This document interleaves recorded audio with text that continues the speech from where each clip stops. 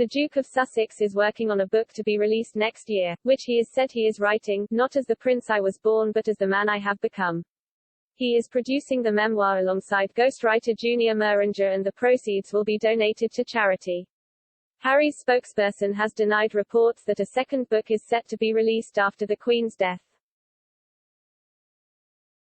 Harry and Meghan stepped down as senior royals last year and moved to the US after several years of struggling with the media spotlight.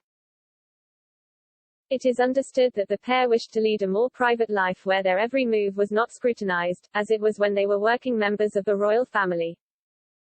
However, their actions post-royal life have at times contradicted this idea, especially their tell-all interview with Oprah Winfrey and the continued comments about life in the royal bubble since then. Now, Harry's book threatens to open the door even further, as Penguin Random House promises that definitive account from Harry for the very first time.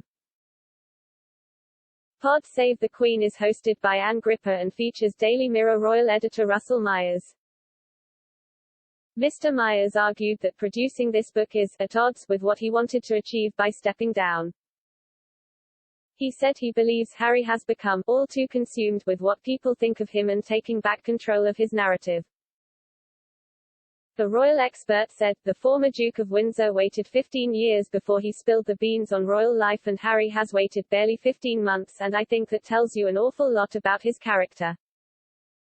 Rather than going off into the sunset and seeking a life of privacy, he's actually all too consumed with what people think of him and what narrative is being painted of him, which is completely at odds with what we were told were their reasons for leaving the royal family. So no doubt it will be absolutely fascinating. An intimate and heartfelt memoir it might be from his side, but I can't imagine it will be very heartfelt from the people that will no doubt be mentioned in the book, and we are talking about senior royals. He added that Harry has already made several hurtful statements about his father Prince Charles and the way he brought up his sons in the aftermath of the death of Princess Diana.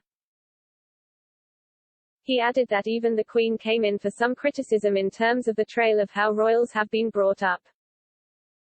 Mr. Myers said part of the book may seek to set the record straight as to how Harry feels Prince William has treated him over the past few years. The expert noted that, despite Harry explaining his anxiety around press interest in his life, he seems willing to write his entire life story down for everyone to see, describing it as extraordinary. He said, the fact that on the one hand this couple and certainly Harry will say, every click of a camera, every time I see things written about me, it takes me back to a very dark place, but then he is fully willing to put his life story down on paper is another extraordinary event. The publisher of the book, Penguin Random House, said, in an intimate and heartfelt memoir from one of the most fascinating and influential global figures of our time, Prince Harry will share, for the very first time, the definitive account of the experiences, adventures, losses and life lessons that have helped shape him. Covering his lifetime in the public eye from childhood to the present day, including his dedication to service, the military duty that twice took him to the front lines of Afghanistan, the joy he has found in being a husband and father, Prince Harry will offer an honest and captivating personal portrait, one that shows readers that behind everything they think they know lies an inspiring, courageous and uplifting human story. Prince Harry added, I'm writing this, not as the prince I was born, but as the man I've become. I've worn many hats over the years, both literally and figuratively, and my hope is that in telling my story the highs and lows, the mistakes, the lessons learned I can help show that no matter where we come from, we have more in common than we think.